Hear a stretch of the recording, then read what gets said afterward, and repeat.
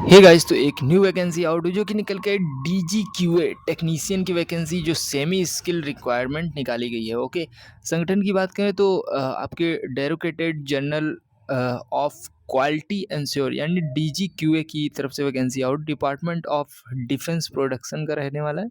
Ministry of defence के अंतर्गत आती है ये। अब इसमें एडवर्टाइजमेंट नंबर की बात करें तो CQA और HV 2026 टेक, और ये आपका एडवर्टाइजमेंट नंबर है। पोस्ट नेम की बात करें तो टेक्नीशियन की पोस्ट रहने वाली सेमी स्किल्ड की रहेगी, और ग्रुप सी की इंडस्ट्रियल ये आपकी पोस्ट रहेगी दोस्तों।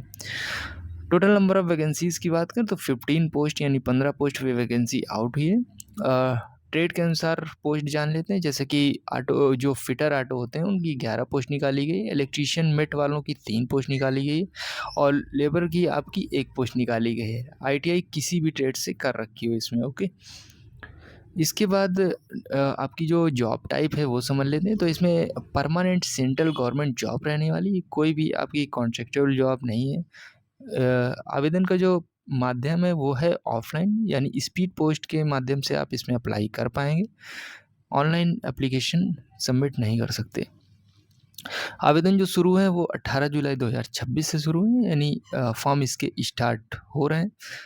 और जो इसकी लास्ट डेट है वो है 14 अगस्त 2026। 14 अगस्त 2026 से पहले आप इसका फॉर्म ज़रूर भर लेना। इसके बाद जो आवेदन शुल्क है वो सभी वर्गों से, यानी चाहे आप SC से आते हैं, ST से आते हैं, OBC जनरल किसी से भी आते हैं, आपसे 0 रुपये फॉर्म फीस चार्ज किया जाए, यानी कोई भी फॉर्म फीस आपसे चार्ज नहीं कर रही है कंपनी। अब एज लिमिट की बात करें तो कम से कम आपकी एज 18 साल होनी चाहिए, और ज़्यादा से ज़्यादा आप 27 साल के हैं तो आप इसका फॉर्म फिल कर पाएंगे, यानी 18 से लेके 27 साल एज है इसकी। एज में छूट भी आपको दी जाएगी जो केंद्र सरकार के नियमों के अनुसार होती है। SC ST वालों को और OBC वालों को 3 साल की और SC ST वालों को 5 साल की। अब जान लेते हैं सैलरी कितनी मिलेगी। तो पे मैट्रिक्स लेवल 1 यानी 18,000 से लेके 56,900 रुपये के बीच आपका बेसिक पे कहीं वैरी करेगा, और 7 CPC लागू होगा, प्लस आपके जितने भी भत्ते होते हैं HRA DA वगैरह सब कुछ आपको दिया जाएगा 7 CPC के अकॉर्डिंग।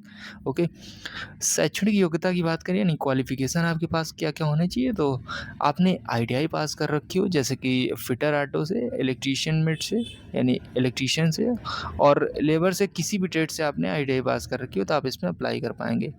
सिलेक्शन होगा कैसे, तो सबसे पहले आपका ऑब्जेक्टिव टाइप यानी CBT होगा पहले, इसके बाद आपका ट्रेड टेस्ट होगा। केवल लिखित परीक्षा में सफल उम्मीदवार ही ट्रेड टेस्ट के लिए बुलाए जाएंगे। इसके बाद डॉक्यूमेंट वेरिफिकेशन होगा, और इसके बाद मेडिकल होगा, और एक फाइनल मेरिट लगेगी। अगर उसमें आपका नाम होता है तो आप इसमें क्वालिफाई कर जाएंगे। अब जान लेते हैं इसमें जो आपकी लिखित परीक्षा होगी उसका पैटर्न क्या रहने वाला है। तो टोटल नंबर ऑफ क्वेश्चंस रहेंगे 100, और 100 ही नंबर आपको मिलेंगे, यानी एक क्वेश्चन 1 नंबर का रहने वाला है। इसमें कोई भी आपकी नेगेटिव मार्किंग नहीं रहने वाली। अब जो ये 100 क्वेश्चन हैं ये आएँगे कहाँ से? तो जैसे कि 25 क्वेश्चंस आपके आएँगे रीजनिंग से, 25 क्वेश्चंस आपके आएँगे जनरल अवेयरनेस से, और 25 आपके आएँगे इंग्लिश से, और 25 आपके आएँगे मैथ से। तो इस तरीके से 25, 25, 25 इन्होंने मल्टीप्लाई कर रखा है। इसके बाद बात करें तो इसमें जो आपका रहेगा स्तर रहेगा, मतलब जो क्वेश्चंस आएँगे बहुत ज़्यादा हार्ड नहीं आएँगे, 10th के अकॉर्डिंग आएँगे, क्योंकि ITI 10th से ही होती है। ओके, तो ज़्यादा हार्ड क्वेश्चंस आपके नहीं आने वाले।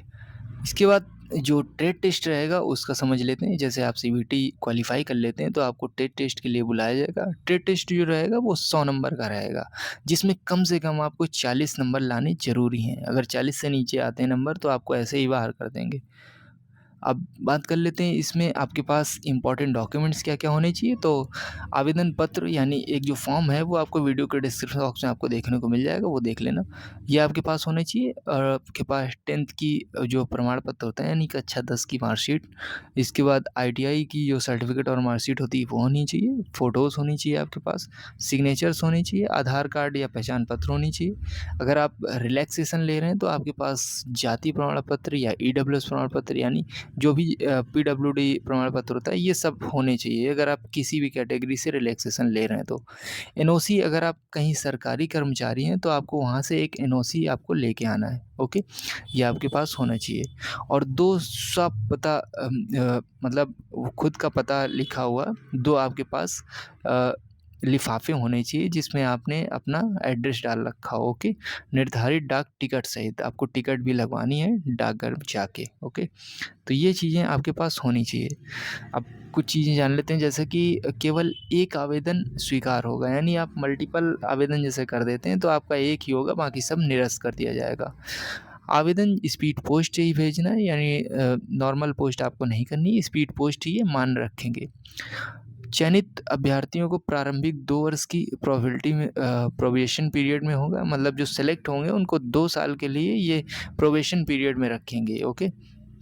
भारत में कहीं भी आपकी पोस्टिंग दी जा सकती है, यानी कहीं भी आपकी पोस्टिंग कर सकते हैं ये इंडिया में।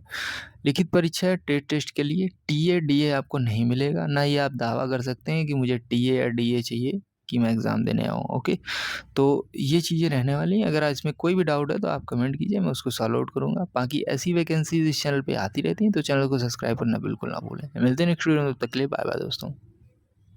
हे गाइस, अगर आपको बैंक, एसएससी, रेलवे या कोई भी सरकारी स्कीम का फॉर्म भरवाना है, वो भी बिना कैफे जाए, तो कॉल कीजिए इस नंबर पर और घर बैठे अपना फॉर्म भरवाइए। हम देते हैं कैफे की सारी सर्विसेज, वो भी बहुत कम प्राइस पर। चाहे वो रिज्यूम बनवाना या पैन कार्ड, सब कुछ होगा अब घर बैठे। अभी मैसेज करें इस नंबर पर और जुड़े हमारी फैमिली से। नंबर है 9721404233। अभी मैसेज करें, व्हाट्सअप कर सकते हैं 24 आवर कभी भी। ओके, तो मिलते हैं नेक्स्ट वीडियो में, तब तक के लिए बाय बाय दोस्तों।